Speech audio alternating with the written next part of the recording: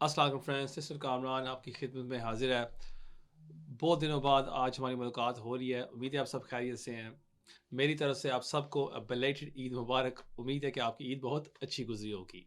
बहुत सारी अपडेट्स हैं जो मैं इस वीडियो में आपके साथ शेयर करना चाहता हूँ। सो आप सबसे रिक्वेस्ट है कि प्लीज़ इस वीडियो को ज़रूर एंड तक देखिएगा।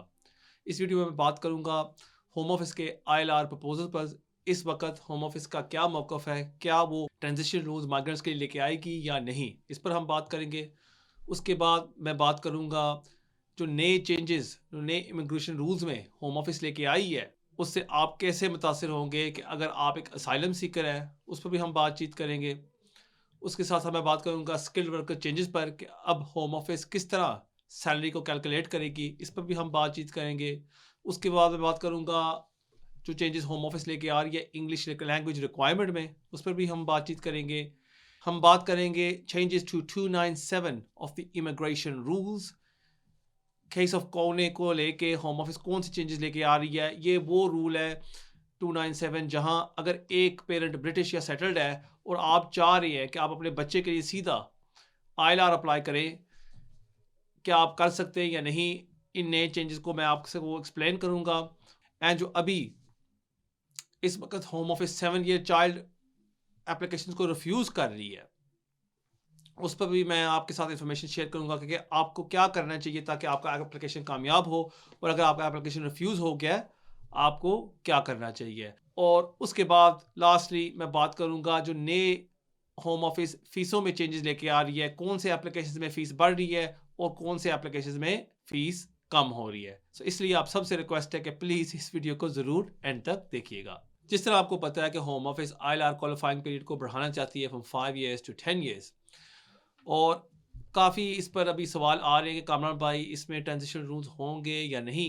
जो लेटेस्ट इन्फॉर्मेशन जो मैं आपके साथ शेयर करना चाहता हूँ इस वक्त वो ये है कि तकरीबन 3 वीक पहले गवर्नमेंट ने प्रेस को ये ब्रीफिंग दी है कि एक पॉसिबिलिटी है कि ट्रांजिशन रूल्स होंगे। सो ये बड़ी इंपॉर्टेंट बात है, इसलिए कि अगर आप देखें जब होम ऑफिस ने ये जो नए रूल्स पेश किए थे कि हम ये लेके आना चाहते हैं नवंबर 2025 में, वहाँ उन्होंने साफ कह दिया था कि नहीं, अगर आपके पास ILR नहीं है, हम समझते हैं फेयर है, मुनासिब है कि आपका जो क्वालिफाइंग पीरियड है वो बढ़ जाए from 5 years to 10 years।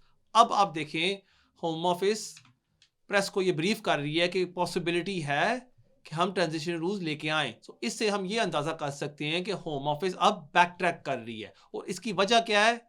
Mainly जो प्रेशर होम ऑफिस पर गवर्नमेंट पर डाला गया है, ख़ास तौर पर जब इन्होंने ये कंसल्टेशन प्रोसेस शुरू किया जहां 2 लाख लोगों ने इसमें हिस्सा लिया है, उसको लेके भी इन पर काफ़ी प्रेशर हुआ है। फिर उसके बाद जो डिबेट्स हुए हैं एमपीज़ के दरमियान, वहाँ भी एमपीज़ ने आवाज़ उठाई है कि ये जो आप कर रहे हैं ये गलत है। और मोस्ट रिसेंटली जो होम ऑफिस अफेयर्स कमेटी है, उन्होंने भी गवर्नमेंट की तनकीद की है कि ये जो आप सब कर रहे हैं कि जहां आप अब एग्जिस्टिंग माइग्रेंट्स का क्वालिफाइंग पीरियड बढ़ा रहे हैं, ये बिल्कुल गलत होगा। सो इसको सब लेके आप समझ लें कि होम ऑफिस पर इतना प्रेशर हुआ है कि अब वो बैक ट्रैक कर रहे हैं। सो इसलिए वो अब प्रेस को ब्रीफ कर रहे हैं। एक और अपडेट जो मैं आपके साथ शेयर करना चाहता हूँ in relation to the ILR qualifying period, वो ये है कि जो एमपीज हैं उन्होंने भी प्रेस को प्राइवेटली ब्रीफ किया है कि अगर गवर्नमेंट हमारी आवाज़ नहीं सुनेगी, फिर हम एक स्पेशल पार्लियामेंट्री प्रोसीजर लेके हम इस पर वोट करवाएंगे इन चेंजेस पर। सो ये भी देखिए बड़ी बात है कि एमपीज ये कह रहे हैं कि जो हमारे कॉन्स्टिट्यूएंट्स हैं वो हमें कह रहे हैं कि ये गलत है कि हमें माइग्रेंट्स हो के आप हमारे साथ ये ज्यादती कर रहे हैं। और एमपीज गवर्नमेंट को ये कह रहे हैं कि जी आप इन लोगों की बात सुने और आप वो क्वालिफाइंग पीरियड को ना बढ़ाएं। लेकिन एमपीज अब क्या कह रहे हैं कि अगर गवर्नमेंट हमारी आवाज़ नहीं सुनेगी, अगर होम ऑफिस या गवर्नमेंट ये चेंजेस लेके आएगी बगैर एक वोट से, वो जो करना चाह रहे हैं, फिर हम एक स्पेशल पार्लियामेंट्री प्रोसीजर लेके इस पर वोट करवाएंगे। अगर वो हो जाता है, ये भी बहुत एम्बैरेसिंग होगा होम ऑफिस के लिए। सो ये भी एक लेटेस्ट अपडेट है। सो इससे हम ये तय कर सकते हैं कि इस वक्त अगर आप मुझे ये पूछें कि क्या ट्रांजिशन रूल्स की पॉसिबिलिटी है या नहीं, I would say it's very very likely कि जब ये नए रूल्स आते हैं, चाहे ऑटम में आते हैं, अभी गवर्नमेंट यही कह रही है कि ये नए रूल्स अब ऑटम में आएंगे, पहले वो कहते थे अप्रैल में आएंगे, कि इसमें ट्रांजिशन रूल्स होंगे। अच्छा, अब हम आते हैं असाइलम सीकर्स के चेंजेस पर। अब जो बंदा असाइलम क्लेम करेगा 2 मार्च के बाद, 2 मार्च 2026 के बाद, होम ऑफिस ने रूल्स में ये ले आई है कि अब आपको 2.5 साल का वीज़ा मिलेगा और 2.5 साल बाद हम आपके असाइलम क्लेम को रिव्यू करेंगे कि ताकि आपके होम कंट्री में अभी थ्रेट है या नहीं।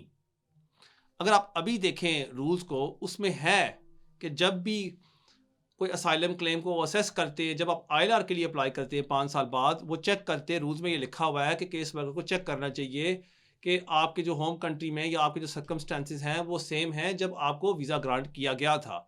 लेकिन अब क्योंकि होम ऑफिस ये 2.5 साल का एक रूट लेके आ रही है जहां आपको 2.5 साल का वीज़ा दिया जाएगा और उसके बाद दोबारा आप 2.5 साल की एक्सटेंशन के लिए अप्लाई करेंगे, इससे हम ये तय कर सकते हैं कि होम ऑफिस इस चीज़ पर ज़्यादा वज़न देगी, वो आपके सर्कमस्टांसिस पर। वो देखना चाहेगी, फ़र्ज़ करें कि अगर आपने सेक्सुअलिटी बेस पर असाइलम क्लेम किया या आपने असाइलम क्लेम किया कि आपको जान पॉलिटिकल ख़तरा है आपकी होम कंट्री में, वो चेक करेगी अभी भी वो पॉलिटिकल थ्रेट है आपकी होम कंट्री में या नहीं। सो हो सकता है कि जब भी आप अपनी एक्सटेंशन एप्लीकेशन सबमिट करें, उसको वो ज़्यादा स्क्रूटनाइज़ करें। सो इसलिए अगर आप अपनी कोई एप्लीकेशन सबमिट करते हैं असाइलम की एक्सटेंशन की आफ्टर 30 मंथ्स, आप सबको मैं यही एडवाइस करूंगा कि मेक श्योर करें कि आप मजीद एविडेंस लगाएं ताकि होम ऑफिस के पास कोई ऐसा चांस ना हो कि वो आपकी एप्लीकेशन को रिफ्यूज करे। ये जो चेंजेस हैं ये असाइलम सीकर्स को भी अप्लाई होते हैं और जिनको होम ऑफिस ने ह्यूमैनिटेरियन प्रोटेक्शन भी ग्रांट की हुई है। सो दोनों को ये अप्लाई होंगे। सो अगर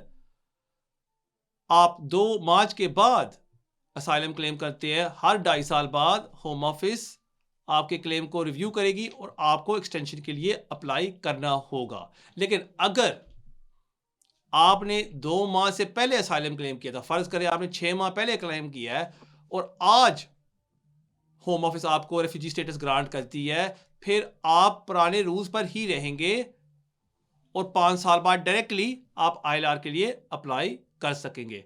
इसी तरह अगर आपने फर्दर सबमिशन सबमिट की थी तकरीबन 3-4 माह पहले और आज वो आपकी जो फर्दर सबमिशन है वो कामयाब होती है और होम ऑफिस आपको रेफ्यूजी स्टेटस ग्रांट कर देती है, अगेन आप पर पुराने रूल्स लागू होंगे और होम ऑफिस आपको सीधा 5 साल का रेफ्यूजी स्टेटस ग्रांट कर देगी। लेकिन एक और चीज मैं आपको एक्सप्लेन कर दूं कि फर्ज करें आपने असाइलम क्लेम किया था तकरीबन 1.5 साल पहले और 6 माह के अंदर आपका असाइलम क्लेम रिफ्यूज हो जाता है, उसके बाद आपकी अपील भी डिसमिस हो जाती है और आज आप फर्दर सबमिशन सबमिट करते हैं, चाहे आपका जो इनिशियल असाइलम क्लेम था वो आपने किया था 6 माह पहले या साल पहले, आप पर नए रूल्स लागू होंगे क्योंकि आप 2 मार्च के बाद फर्दर सबमिशन सबमिट कर रहे हैं होम ऑफिस में। सो ये भी मैं एक चीज आपके लिए क्लियर कर दूं। जो अनअकम्पनीड चिल्ड्रन हैं, जो बच्चे यहाँ एंटर हुए थे बगैर किसी एडल्ट से, उन पर ये रूल्स अप्लाई नहीं होंगे। So that's very important as well. अच्छा, एक और जो चेंज वो असाइलम सीकर्स के लिए आ रहा है वो है कि अब उन्होंने एक वैलिडिटी रिक्वायरमेंट ऐड कर दी है फर्दर सबमिशंस के लिए। सो जब आप फर्दर सबमिशंस जाते हैं अपॉइंटमेंट के लिए होम ऑफिस के पास, वहां आपने जो वैलिडिटी रिक्वायरमेंट है वो भी पूरी करनी होगी। और वो क्या है?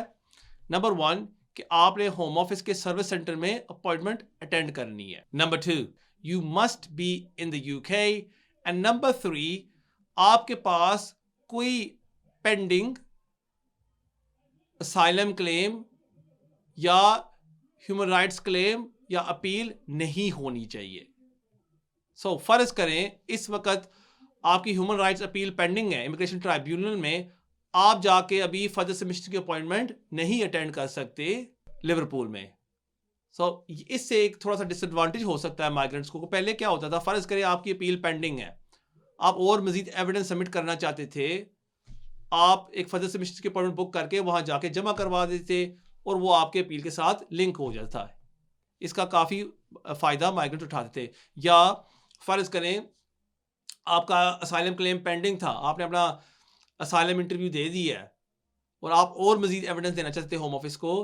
कभी कभी माइग्रेंट्स जाते थे फर्दर सबमिशन अपॉइंटमेंट पर और वहाँ जाके लिवरपूल में जाके डॉक्यूमेंट सबमिट कर देते थे। सो अब अगर आपका असाइलम क्लेम पेंडिंग है, आप फर्दर सबमिशन नहीं कर सकते। सो दिस इज़ ए की रिक्वायरमेंट जो होम ऑफिस ने अब ऐड कर दी है। एक गुड न्यूज़ असाइलम सीकर्स के लिए ये है कि उन्होंने वर्किंग राइट्स असाइलम सीकर्स के लिए बढ़ा दिए हैं। पहले अगर आपका असाइलम क्लेम पेंडिंग था, आप वही जॉब कर सकते थे जो थी इमिग्रेशन सैलरी लिस्ट पर। अब अगर आपका असाइलम क्लेम 12 मंथ से ज़्यादा पेंडिंग है होम ऑफिस में, आप जो जॉब अपेंडिक्स स्किल्ड ऑक्यूपेशंस में है अंडर टेबल 1, आप वो भी कर सकते हैं। नाउ आप खुद ये फैसला करें कि या क्या वो एडवांटेज है या नहीं, क्योंकि वो जॉब्स जो टेबल 1 में हैं वो है लेवल 6 जॉब्स। मोस्ट माइग्रेंट्स वो है अनक्वालिफाइड, मेरा नहीं ख्याल कि वो टेबल 1 की लेवल 6 जॉब्स कर सकते हैं। लेकिन होम ऑफिस ने ये अब एक कंसेशन ऐड कर दी है कि अगर आप असाइलम सीकर हैं और 12 मंथ से आपकी असाइलम क्लेम पेंडिंग है, आप इमिग्रेशन के सैलरी लिस्ट के साथ साथ जो जॉब्स टेबल 1 में हैं वो भी आप कर सकते हैं। अच्छा, एक चीज़ मैं क्लियर कर दूं आप सब के लिए। अक्सर ये सवाल पूछा जाता है कि कमरान भाई, हमारा असाइलम क्लेम अपील में है और जब से हमने असाइलम क्लेम किया था साल से ज़्यादा हो गया है, लेकिन होम ऑफिस हमें काम की इजाज़त नहीं दे रही। अब देखें, एक चीज़ मैं बिल्कुल क्लियर कर दूं, होम ऑफिस आपको वर्किंग राइट्स तब देती है, आप असाइलम क्लेम करते हैं और आपकी असाइलम डिसीजन को आने में साल से ज़्यादा लग जाता है। सो अगर फ़र्ज़ करें आज मैं असाइलम क्लेम करता हूँ और 2 माह बाद मुझे मेरी डिसीजन मिलती है जो रिफ्यूज़ हो जाती है, और उस रिफ्यूज़ल के बाद 2 वीक के अंदर मैं अपील डाल देता हूँ और अपील को पेंडिंग होते साल से ज़्यादा हो जाता है, होम ऑफिस फिर भी मुझे वर्किंग राइट्स नहीं ग्रांट करेगी, क्योंकि जो मेरा असाइलम क्लेम था उसको कंसिडर कर दिया गया था विद इन 2 मंथ्स। सो अगर आपकी जो मेन असाइलम क्लेम है डिसीजन आने में साल से ज़्यादा लगता है, फिर होम ऑफिस आपको वर्क परमिशन ग्रांट करती है। सो इस चीज़ का भी आपने ख्याल रखना है। मेन चेंज जो होम ऑफिस ने स्किल्ड वर्कर्स के लिए जो ऐड किया है वो है कि अब आपकी जो सैलरी है वो आपको मिलनी चाहिए आपके पे पीरियड के मुताबिक। सो ये भी मैं आपको एक्सप्लेन कर देता हूँ। पहले क्या होता था कि अगर आप इरेगुलर आवर्स काम कर रहे थे, मतलब कि फ़र्ज़ करें एक वीक आप 40 आवर्स कर रहे हैं, दूसरी वीक आप 40 आवर्स कर रहे हैं, फिर तीसरी वीक आपको 0 आवर्स मिल रहे हैं। इसी तरह होम ऑफिस देखती थी कि पिछले 17 वीक्स में आपकी जो सैलरी है वो एवरेज आउट होनी चाहिए। सो फ़र्ज़ करें कि आपकी जो जॉब है उसकी सैलरी थी 41,700। होम ऑफिस ये देखती थी कि पिछले 17 वीक्स में आपको सैलरी मिली है तकरीबन 13,600 पाउंड्स ओवर 17 वीक्स। सो अगर आप वो मीट करते थे, होम ऑफिस को कोई इशू नहीं था, आप अपनी सैलरी रिक्वायरमेंट जो है 41,700 ओवर 17 वीक्स मीट कर रहे हैं। लेकिन यहाँ एक इशू आ रहा था, जो एम्प्लॉयज़ फिक्स्ड आवर्स काम कर रहे थे, इनके जो एम्प्लॉयज़ थे वो उनकी सैलरी को और इनके वर्किंग आवर्स को मैनिपुलेट कर रहे थे। मैं आपको एक मिसाल देता हूँ। फॉर एग्जांपल, आप एक शेफ़ थे, आप स्किल्ड वर्कर वीज़े पर थे, आपकी सैलरी थी 41,700 और आपका एम्प्लॉयर आपको कम आवर्स दे के आपको एक मंथ में जो सैलरी दे रहा था 3,000 पाउंड। आपकी सैलरी होनी चाहिए थी एज 41,700 3,475 पाउंड्स, लेकिन आपका एम्प्लॉयर्स आपको कम आवर्स दे के आपको सैलरी दे रहा था 3,000 पाउंड। दूसरे मंथ में आपको दे रहा था 3,000 पाउंड, तीसरे माह में भी आपको दे रहा था 3,000 पाउंड, और चौथे माह में आपके आवर्स बढ़ा के वो आपको सैलरी दे रहा था 4,425 पाउंड। और जब आपकी एनुअल सैलरी कैलकुलेट होती थी वो थी 41,700, क्योंकि वो एवरेज आउट हो जाती थी। लेकिन अब इस लूप होल को भी होम ऑफिस ने ब्लॉक कर दिया है। वो ये कह रही है कि अगर आपको सैलरी मिल रही है वीकली या मंथली और आप फिक्स्ड आवर्स काम कर रहे हैं, हम चेक करेंगे आपके पिछले 3 मंथ्स या पिछले 12 वीक्स और आपको सैलरी मिलनी चाहिए according to your pay period. So आपको एक मिसाल देता हूं कि अगर मेरी सैलरी है ईयरली 41,700 पाउंड्स, मेरी ग्रॉस बनती है 3,475 पाउंड्स। सो अगर मंथ 1 में मुझे पे की जाती है 3,000 पाउंड, मंथ 2 में मुझे पे की जाती है अगेन 3,000 पाउंड, लेकिन मंथ 3 में मुझे पे किया जाता है 3,950, वो एवरेज आउट हो गया। पिछले 12 वीक्स में मेरा एवरेज सही है, मैं रूल्स को ब्रीच नहीं कर रहा। लेकिन उसी एग्जांपल को लेके अगर मंथ 1 में मुझे सैलरी पे की जा रही है 3,000, मंथ 2 3,000, मंथ 3 3,000, और चौथे माह में जाके मुझे पे की जा रही है 4,425, अब क्योंकि ये 12 वीक से ज्यादा है, मैं और मेरा एम्प्लॉयर ब्रीच में है, अब जब मैं एक्सटेंशन के लिए अप्लाई करूंगा होम ऑफिस मेरी एप्लीकेशन को रिफ्यूज कर देगी।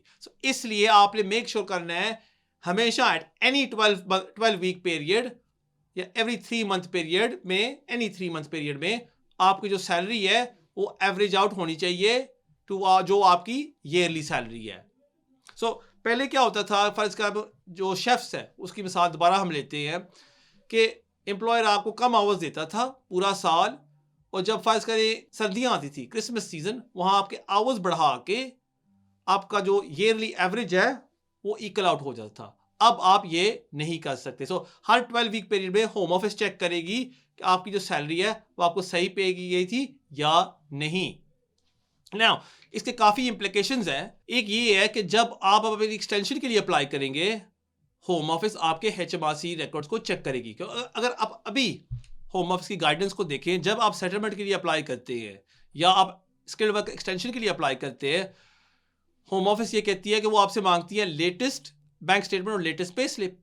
चाहे आपके एम्प्लॉयर ने पिछले साल डेढ़ में कोई टैक्स नहीं डिक्लेयर किया, home office latest pay slip को देख के आपको वो ग्रांट कर देती है। और अक्सर मैं जानता हूँ क्लाइंट्स को जहाँ उन्होंने एक पेड वर्क परमिट लेके उनके एम्प्लॉयर ने कोई टैक्स डिक्लेयर नहीं किया, कोई सैलरी उनको पे नहीं की, लेकिन लास्ट 2-3 मंथ्स एक्सटेंशन से पहले उन्होंने सैलरी अकाउंट में डाल दी, उन्होंने एक्सटेंशन के लिए अप्लाई किया और उनका ग्रांट हो गया। अब जब आप अप्लाई करेंगे, होम ऑफिस ये चेक करेगी कि हर 3 मंथ पे पीरियड में अगर आपको मंथली सैलरी मिल रही थी, आपको सही पे की गई है या नहीं। अगर आप आपके एम्प्लॉयर ने आपको सही पे नहीं किया, हो सकता है उनका लाइसेंस रिवोक हो सकता है और आपकी जो एक्सटेंशन है वो रिफ्यूज कर दें। और ये भी पॉसिबिलिटी है कि जैसे ही होम ऑफिस ये ऑटोमेटिक चेक्स ले आती है, बल्कि बजाय वो वेट करें जब आप एक्सटेंशन के लिए अप्लाई करें, अगर उनको वैसे ही नोटिफिकेशन आ जाती है HMRC के थ्रू, जब वो रिकॉर्ड्स चेक कर रही हो सकता है वो आपका जो वीज़ा है वो उसी टाइम रिवोक कर दें। इट्स वेरी इंपॉर्टेंट आप मेक श्योर करें कि आपका जो एम्प्लॉयर है वो हर मंथ आपकी सैलरी पे कर रहा है और वो जो आवर्स है उसके मुताबिक ही आपको हर मंथ वो पे कर रहा है। अगर थोड़ा सा ऊपर नीचे हो जाता है, 3 माह से ज्यादा नहीं होना चाहिए। अच्छा, अब हम आते हैं इंग्लिश लैंग्वेज रिक्वायरमेंट चेंजेस पर। होम ऑफिस ने ऐलान किया है कि फ्रॉम 26 मार्च 2027 जो भी माइग्रेंट्स ILR के लिए अप्लाई करेंगे, खासतौर पर अपेंडिक्स FM पर, उनको अब पास करना होगा B2। अभी है B1। फ्रॉम नेक्स्ट ईयर 2027 जब भी आप एप्लीकेशन सबमिट करेंगे, 26 मार्च 2027 के बाद आपको पास करना होगा B2 इंग्लिश लैंग्वेज रिक्वायरमेंट। जिस तरह आपको पता है, अभी अगर आप स्किल्ड वर्कर वीज़े के लिए अप्लाई करते हैं, स्केल अप वीज़े के लिए अप्लाई करते हैं, हाई पोटेंशियल इंडिविजुअल वीज़े के लिए अप्लाई करते हैं और उसके साथ साथ इनोवेटर फाउंडर वीज़े के लिए अप्लाई करते हैं, आपको अब जनवरी से B2 पास करना ही होगा। लेकिन जो है अपेंडिक्स FM पर अगर आप सेटलमेंट के लिए अप्लाई कर रहे हैं, फ्रॉम नेक्स्ट ईयर आपको पास करना होगा B2 इंग्लिश लैंग्वेज रिक्वायरमेंट। अभी फिलहाल आपको परेशान होने की जरूरत नहीं है, but from next year you must pass B2 English language. अगर आप नेशनलिटी के लिए अप्लाई कर रहे हैं, फिलहाल वो है B1। अगर आप नेशनलिटी के लिए अप्लाई कर रहे हैं, आपको परेशान होने की जरूरत नहीं है। जो सर्टिफिकेट आपने इस्तेमाल की थी ILR के लिए, वही आप इस्तेमाल कर सकते हैं अपनी नेशनलिटी के लिए। अब हम आते हैं कि होम ऑफिस कौन से चेंजेस लेके आ रही है पैराग्राफ 297 पर। शायद आपको याद होगा, तकरीबन 2 माह पहले मैंने आपके साथ एक केस शेयर किया था, द केस ऑफ खौनई, जहां एक खातून वो अपनी डॉटर को स्पॉन्सर करना चाह रही थी कि वो उसको यहाँ UK में ज्वाइन करे। पहली दफ़ा उसने अप्लाई किया, होम ऑफिस ने उसकी एप्लीकेशन रिफ्यूज़ कर दी। दूसरी दफ़ा उसने सेटलमेंट के लिए अप्लाई किया, होम ऑफिस ने उसको वीज़ा ग्रांट कर दिया। लेकिन जो बच्ची की माँ थी उसने अप्लाई किया था सेटलमेंट के लिए, लेकिन उन्होंने उसको 2.5 साल का वीज़ा ग्रांट कर दिया। होम ऑफिस का ये कहना था कि क्योंकि बच्ची के पास था लिमिटेड लीव, 2.5 साल का वीज़ा था, और जो फादर था उसके पास था ब्रिटिश, लेकिन क्योंकि मदर के पास 2.5 साल का वीज़ा था, हमारी राय में मुनासिब था कि बच्ची को ही मदर के साथ इनलाइन वीज़ा ग्रांट कर दिया जाए। होम ऑफिस ने उसको 2.5 साल का वीज़ा ग्रांट कर दिया। जब बच्ची यहाँ आ गई, मदर ने JR की एप्लीकेशन की कि ये जो आपने किया है आपने गलत किया है। होम ऑफिस ने वो फैसला वापस ले लिया और कहा कि जी हम दोबारा फैसला करेंगे विद इन 90 डेज। और अगेन दोबारा उन्होंने रिफ्यूज़ करके कह दिया कि नहीं, हम समझते हैं हमारा फैसला सही था, क्योंकि माँ के पास 2.5 साल का वीज़ा था। हमारी जो होम ऑफिस गाइडेंस है वो यही कहती है कि जहाँ एक पेरेंट सेटल ना हो, बच्चे को उस पेरेंट के साथ वीज़ा ग्रांट कर दिया जाए। माँ ने आगे अपील की टू द अपर ट्राइब्यूनल, और अपर ट्राइब्यूनल ने ये जजमेंट दी कि जो होम ऑफिस का ये कहना है कि जी हमने जो सही किया है कि बच्चे को 2.5 साल का वीज़ा ग्रांट कर दिया है, ये गलत है। क्योंकि जो रूल्स थे at the time under paragraph 297 वो ये कह रहे थे कि एक पेरेंट के पास होना चाहिए सेटल स्टेटस या ब्रिटिश नेशनैलिटी, और उसके साथ साथ ऐसे खास वजूहात होने चाहिए जहां बच्चे को एंट्री ना देना मुनासिब नहीं होगा। सो यही रिक्वायरमेंट थी कि एक पेरेंट के पास होनी चाहिए ब्रिटिश नेशनैलिटी या इंडेफिनेट, और ऐसे खास वजूहात होने चाहिए जहां बच्चे को एंट्री ना देना मुनासिब नहीं होगा। सो ये दो पार्ट थे, और अपर ट्राइब्यूनल का कहना था कि इस केस में ये दोनों पार्ट्स सेटिस्फाई हो गए हैं।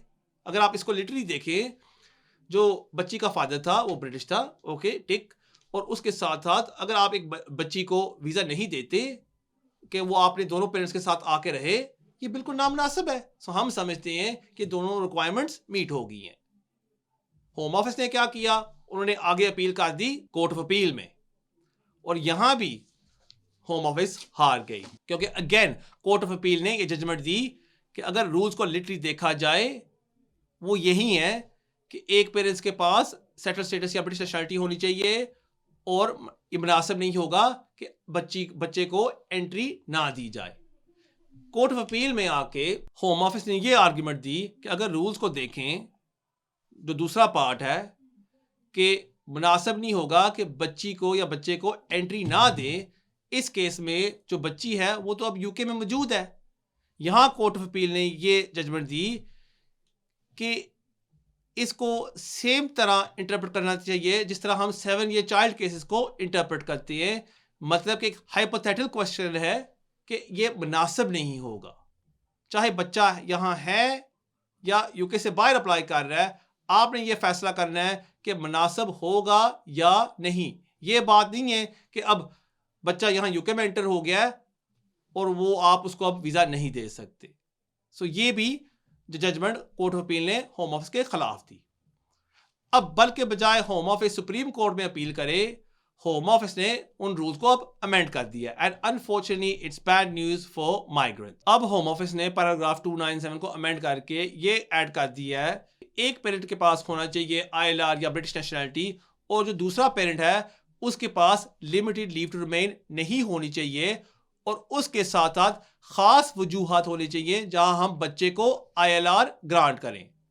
सो आप इसको कंपेयर करें, जो पुराना रूल था वो क्या था कि एक पेरेंट सेटल्ड है या उसके पास ब्रिटिश नेशनैलिटी है और ऐसे खास वजूहात नहीं है जहां बच्चे को एंट्री या वीजा ना दिया जाए।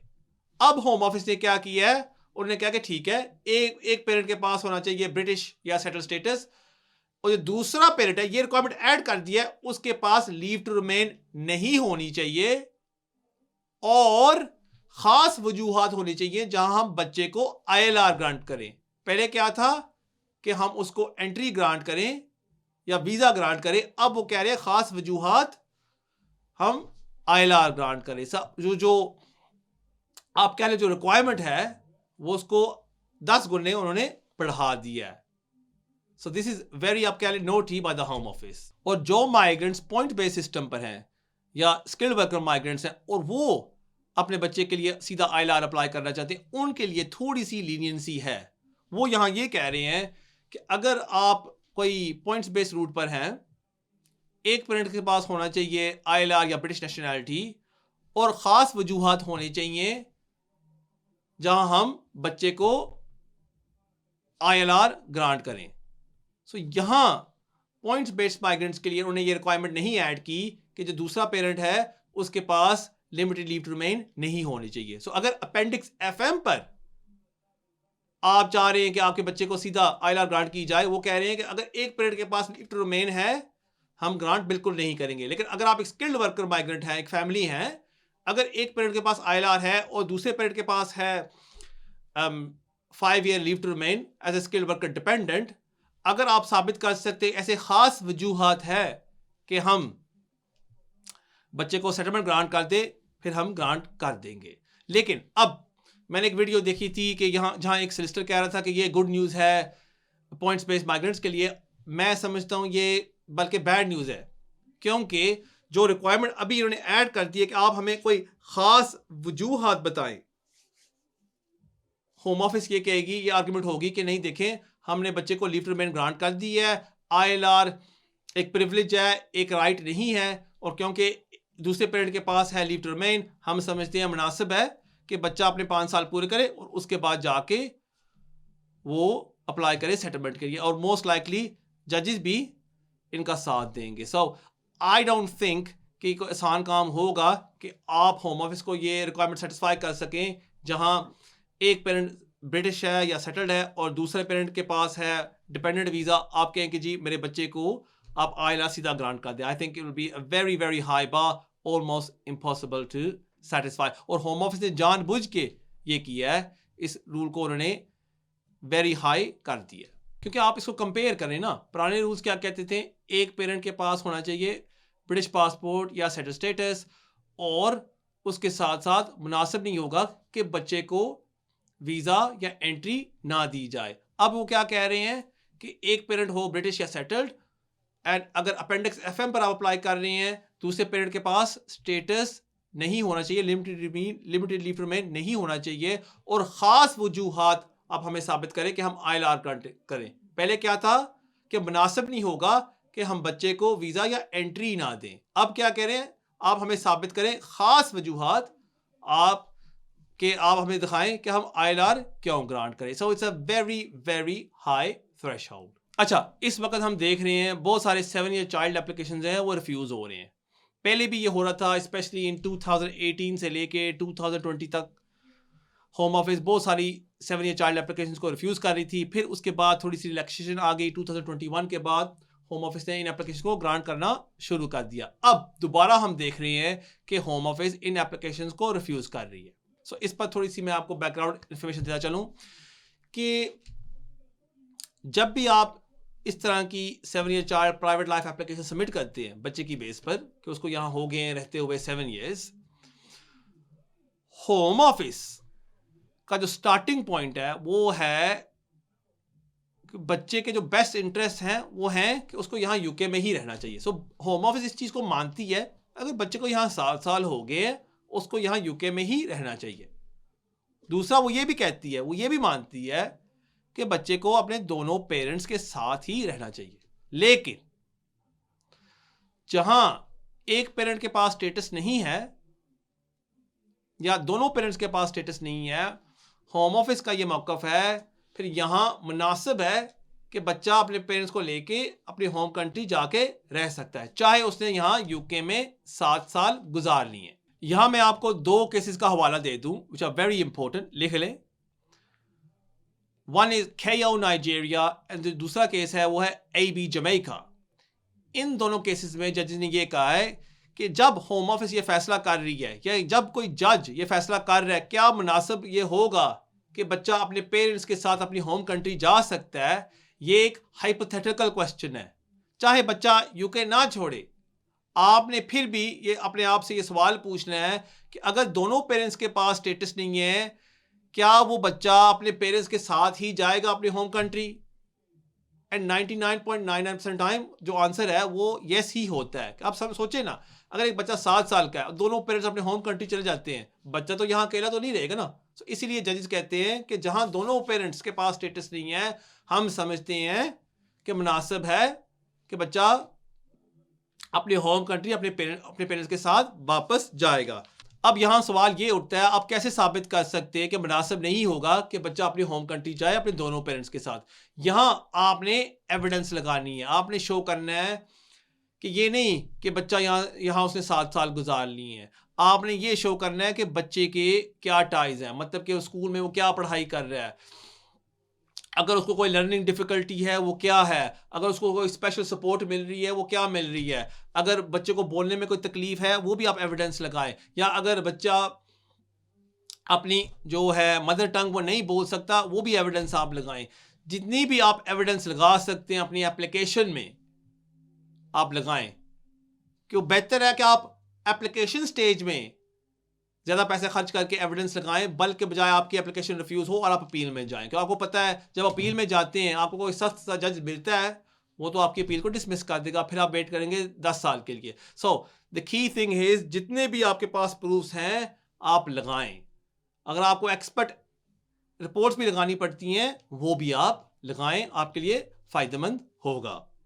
और इन दो केसेस का जो मैंने जिक्र किया है, KO Nigeria and AB Jamaica, इनका आपने लाजमन ख्याल रखना है। काफ़ी ये लंबी वीडियो हो गई है। अब हम आते हैं लास्ट अपडेट पर कि होम ऑफिस कौन से एप्लीकेशन में फ़ीस बढ़ा रही है और कौन से एप्लीकेशन में फ़ीस कम कर रही है। 8 अप्रैल से होम ऑफिस FLR-FP की जो फीस वो बढ़ा रही है टू £1,407। जो ILR की फीस है वो भी बढ़ रही है टू £3,209 टू £3,226। लेकिन जो नेशनैलिटी की जो फीस है वो भी बढ़ रही है £1,605 से लेके £1,709। लेकिन जो नेशनैलिटी फीस है बच्चों के लिए वो अब कम हो रही है। लेकिन जो नेशनैलिटी की जो फीस है बच्चों के लिए वो अब कम हो रही है, अब वो होगी £1,000। So that's some good news for migrants. जो बच्चों की नेशनैलिटी फीस है वो अब होगी £1,000 पर चाइल्ड। नाज़रीन, ये थी इस वीक की अपडेट्स। मैंने बहुत मेहनत की है इन अपडेट्स के लिए। यकीन माने तकरीबन मैंने आई थिंक 20-25 घंटे लगाए होंगे इन सारी चीज़ों को पढ़ने में, और फिर मैंने ये वीडियो प्रोड्यूस की है अनिल साहब के साथ जो अभी इस वक्त कैमरे के पीछे है। मैं समझता हूँ उनको भी बहुत क्रेडिट जाता है। आप सबसे रिक्वेस्ट है कि प्लीज़ प्लीज़ प्लीज़ हमेशा की तरह इस वीडियो को लाइक करें, नंबर 1, एक कमेंट लिखें, चाहे आपने मेरी तनकीद भी करनी है वो भी कर दें, नो प्रॉब्लम, लेकिन ज़रूर एक कमेंट लिखें, और प्लीज़ उसके साथ साथ इस वीडियो को शेयर करें ताकि हम ज़्यादा से ज़्यादा लोगों को फ़ायदा पहुँचा सकें। आपको पता है कि इस तरह सोशल मीडिया पे आजकल ऐसा दौर है कि गलत इन्फॉर्मेशन जो है ना वो बिजली की तरह फैल जाती है। अब ये जो अपडेट्स मैंने शेयर की हैं, मेरे ख्याल में मैंने कहीं भी नहीं देखा कि ये बातें हो रही थी। मैं यही देख रहा था सोशल मीडिया पर कि जी बस आपको अपडेट मिल रही है 7 ईयर चाइल्ड केस पर, ये क्या है ये रूट, या 20 ईयर रूट क्या है, या नए रूल्स आ गए हैं, लेकिन कोई बंदा इस तफसील में इन रूल्स पर बात नहीं कर रहा था। सो प्लीज़ अब सबसे रिक्वेस्ट है कि इस वीडियो को प्लीज़ शेयर करें। Thank you for watching, until next time, अस्सलाम वालेकुम।